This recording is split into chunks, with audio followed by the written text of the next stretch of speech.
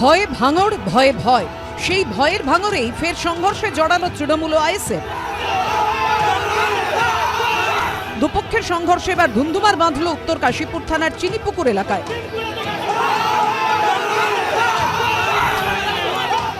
রবিবার ভাঙড়ের নিমকুড়িয়ায় রক্তদান শিবিরের আয়োজন করে আইএসএফ। অভিযোগ, সেখানে যাওয়ার পথে চিনিপুকুরে আইএসএফ কর্মী সমর্থকদের ওপর হামলা চালায় তৃণমূল। তখনই তুমুল সংঘর্ষ বেঁধে যায়। ঘটনাস্থলে পুলিশ পৌঁছলে তাদের সঙ্গেও ধাক্কাধাক্কির পরিস্থিতি তৈরি হয়। পরপর কিন্তু ভাঙড় উত্তপ্ত হয়ে উঠছে। আবারও আইএসএফ এবং তৃণমূলের মধ্যে গন্ডগোল, একে অপরের বিরুদ্ধে অভিযোগ। গোটা ঘটনার তদন্ত করছে উত্তর কাশীপুর থানার পুলিশ।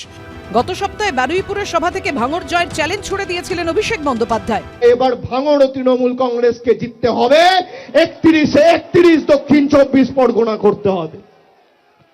তার জন্য আমাদের যত পরিশ্রম করার করতে হবে। তৃণমূলের সর্বভারতীয় সাধারণ সম্পাদকের সেই বক্তব্যের প্রসঙ্গ টেনে আক্রমণ শানিয়েছেন ভাঙড়ের আইএসএফ বিধায়ক নওশাদ সিদ্দিকী।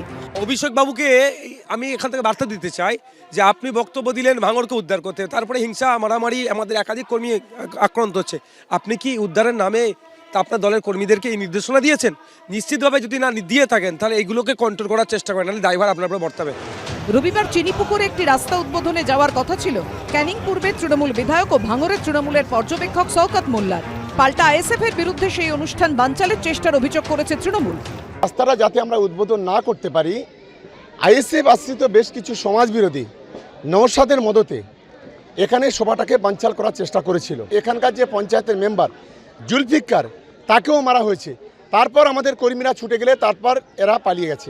এখন নাটক করছে, লড়াই আগামী দিনে মাঠে ময়দানে হবে। এর আগে 2রা জানুয়ারি রাতেও আইএসএফ তৃণমূল সংঘর্ষে উত্তপ্ত হয়ে ওঠে ভাঙড় 1 নম্বর ব্লকের মাধবপুর। আহত হন কমপক্ষে 10 জন।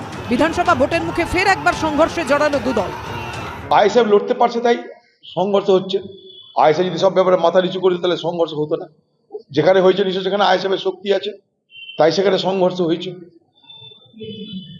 এইভাবেই বাংলায় তৃণমূল সন্ত্রাস তৈরি করতে চাইবে। তৃণমূলের দলীয় কোন্দলের জেরেও সম্প্রতি তপ্ত হয়েছে ভাঙড়ের মাটি। 4 জানুয়ারি আরাবুল ইসলামের ছেলের ওপর দফায় দফায় হামলা চলে। শওকত মোল্লা অনুগামীদের বিরুদ্ধে হামলা চালানোর অভিযোগ তোলেন আরাবুল পুত্র হাকিমুল ইসলাম। এক সপ্তাহের মাথায় ফের তুলকালাম ভাঙড়ে। হিন্দল দে ও রঞ্জিত হালদারের রিপোর্ট, এবিপি আনন্দ, দক্ষিণ 24 পরগনা। এবিপি আনন্দ, এগিয়ে থাকে, এগিয়ে রাখে।